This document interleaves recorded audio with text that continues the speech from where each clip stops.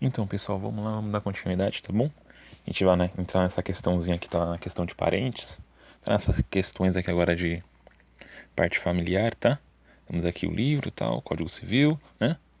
Temos o livro 4 aí, já entra na questão do direito de família, né? A questão de casamento também, tá? Nós temos alguns artigos aí sobre casamento. É bem tranquilo, casamento não tem muita dúvida na questão do civil, né? Que todo mundo normalmente casa no civil, vai até o cartório, enfim, o juiz vai até ali o salão e celebra o casamento. Então não tem nenhum problema. A gente vai tratar aqui sobre o casamento aí religioso, tá bom?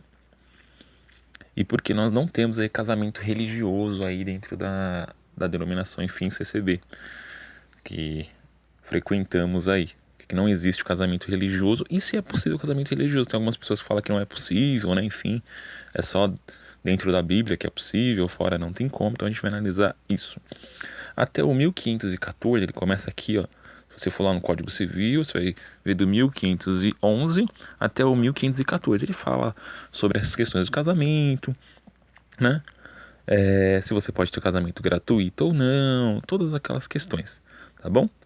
Aqui quando ele chega na parte 500, aqui ó, 1515, ele trata sobre casamento religioso, tá? Vamos lá. Ó, casamento religioso. O casamento religioso, que atender às exigências da lei para a validade do casamento civil, equipara-se a este, desde que registrado no registro próprio, produzindo efeitos a partir da data de sua celebração. Então você já pegou casamento no religioso, certo? É quando vai a pessoa ali, o juiz de paz, pode ser ali o padre, o ancião da igreja, o pastor, enfim. Ele tem ali liberdade, se ele quiser, de virar um juiz de paz, né? E celebrar o casamento ali. E se ele atender todas as exigências aí da lei, certo?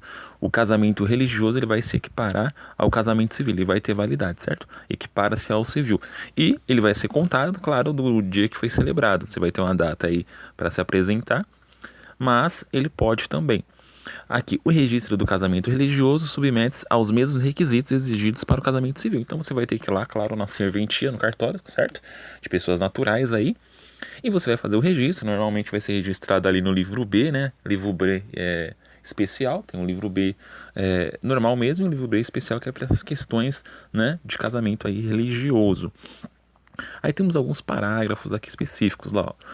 O registro do casamento religioso deverá ser promovido dentro de 90 dias, que é a data, né, de realização do casamento, mediante a comunicação do celebrante ao ofício competente.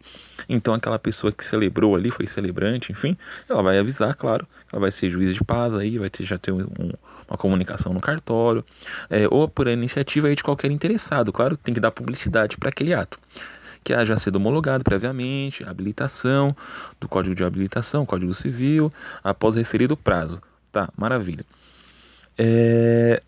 O parágrafo 2º aqui, ó, o casamento religioso celebrado sem as formalidades exigidas neste código, tem as formalidades específicas, terá efeitos civis, se a requerimento do casal for registrado. Claro, se for registrado não tem problema nenhum, a qualquer tempo, no registro civil, mediante prévia habilitação perante a autoridade, certo? Observado o artigo no prazo 1532.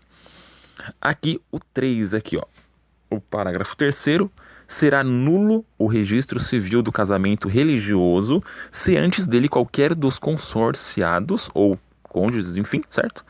Houver contraído com outro casamento civil. Então, se você já tiver casado no civil antes e você encontrou uma nova pessoa e você não divorciou ainda da outra pessoa no civil, certo? Se você casar no religioso, na hora que for registrar ele vai ser nulo, tá? Não vai ter validade nenhuma porque você já é casado no civil, certo? Então não pode ter dois registros de casamento aí. Então, é isso. Deixa eu ver se dá para aprofundar mais um pouco. 4 minutos. Então, acredito que você agora a gente vai tentar entender o porquê não existe o casamento religioso dentro da CCB.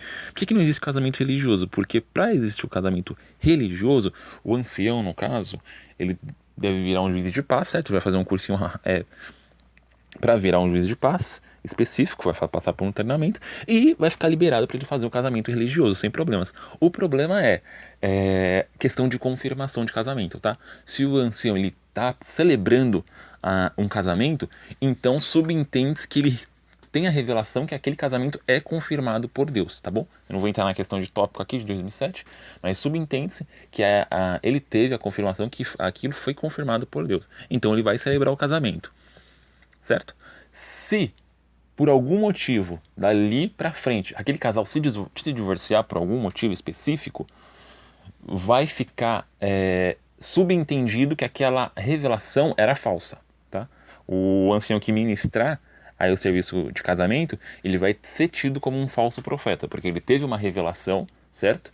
Supostamente aí uma revelação do espírito do Criador, e depois isso não foi para frente, esse casamento não continuou, houve o divórcio ali dentro da lei, e então, se houve o divórcio, então não houve revelação, porque se é uma coisa que vai ser para a vida inteira, então não pode parar no meio do caminho, certo? Porque aí o casal casou ali, né, baseado naquela confirmação, naquela revelação ali da pessoa que é tida ali como o anjo da igreja, certo? Tem tópico de ensinamento que fala que é o anjo da igreja. Então, não existe por isso, porque se o ancião fizer o casamento e o casal divorciar depois, vai ficar subentendido que ele é um falso profeta. Ele não tem a revelação do Espírito do Criador, porque se ele celebrou um casamento é porque Deus mostrou para ele que ele tinha que fazer, certo? E não tem como aí a onisciência do Criador ser colocada para trás agora, né? Então, esse aqui é uma coisa fácil de se entender, não é difícil e por isso que não tem, tá? Apesar das questões aí serem só do casal mesmo, o casal ter a responsabilidade ali no amor dos dois, de ver se eles querem construir uma família ou não, dentro da ótica que a gente está estudando aqui, dentro da ótica da CCB, não é assim que funciona, tá? A grande parte das pessoas toma aí esse tipo de decisão aqui, que vai impactar a vida dela, baseado em revelações, enfim, e depois não procedem, enfim, aí aquela coisa que sai do púlpito, né, é uma coisa genérica, né, aí quem pegar e não souber utilizar, e foi a pessoa mesmo que não teve discernimento, certo? Não teve entendimento. E se fosse feito dessa forma, com o próprio ancião indo até o local e fazendo o casamento, aí já você traria a responsabilidade aí toda aquela pessoa, porque realmente a pessoa vai casar baseada naquela revelação, e se não for aquilo, se depois vê-se que não era aquilo realmente, não era para ele ter casado com aquela pessoa, o irmão ali que ministrou o casamento vai ficar em descrédito total, tá bom? E temos muitas pessoas, infelizmente, que se divorciam e já se divorciaram com questões de revelação, de palavra, enfim, e não tem como elas trazerem uma responsabilidade porque foi uma coisa genérica, certo? Então é muito complicado. Então é isso. Se você aí é um irmão do ministério ancião especificamente, tá? Não só ancião também, pode ser aí um diácono ou cooperador de ofício. Normalmente é mais um ancião, né? Que é o último cargo, que está acima dos outros. Mas se você já consegue entender por que você não pode ministrar, tá bom? Os irmãos dos Brais não autorizam a ministração aí como juiz de paz. E porque a grande maioria não faz também, tá bom? A não ser que seja alguma coisa específica que aquele próprio irmão queira, mas é bem difícil porque ninguém vai querer estar responsável sobre o casamento de outras pessoas, claro. Cada um quer ser responsável só sobre a sua própria vida, não é verdade? E sobre a sua família. Mas é isso, espero que tenha ajudado, tenha esclarecido aí. Alguém, se você não casou ainda, você já entendeu porque o seu aí, ministério não pode ministrar o casamento, tá? E normalmente aí eles vão na festa, tudo, mas eles não vão ministrar, você vai só ter o cerimonialista e você vai casar no civil, certo? E depois, se der uma questão específica, você vai resolver essas questões no civil, tá bom? Entre você e a pessoa que você está casando. Por isso aí que é muito complicado esse negócio de casamento aí no religioso, porque não existe casamento no religioso dentro dessa ótica, tá? CCB não existe casamento religioso, você não é casado de forma religiosa, tá bom? Você só é casada no civil, na serventia, certo? No cartório, respeitando as leis do Brasil aí, o Código Civil Brasileiro, e, certo? Você só tem que ser utilizado as questões aí da lei brasileira. Questões de casamento religioso não tem. Se não tem casamento religioso, então você não está atrelado às questões bíblicas, tá bom? Mesmo aí se você venha ser do ministério, enfim, você não está atrelado às questões bíblicas se você não casou aí segundo a forma religiosa, certo? Você está casando segundo aí a forma civil, lei dos homens, tá? Não tem nada a ver aí com questões espirituais. Muitas vezes querem Tem muita confusão nesse tema, tá bom? Os irmãos falam que não se separe o homem o que Deus ajuntou, mas não teve casamento religioso. Só teve, muitas vezes, uma oração, certo? Oração de apresentação. Não aí questões de casamento religioso, de confirmação de casamentos perante ali a questão espiritual, tá bom? Que seria subentende-se para a vida inteira. Mas no civil já não é assim que funciona. A pessoa não é obrigada a ficar casada a vida inteira com a mesma pessoa. Só se ela quiser, tá bom?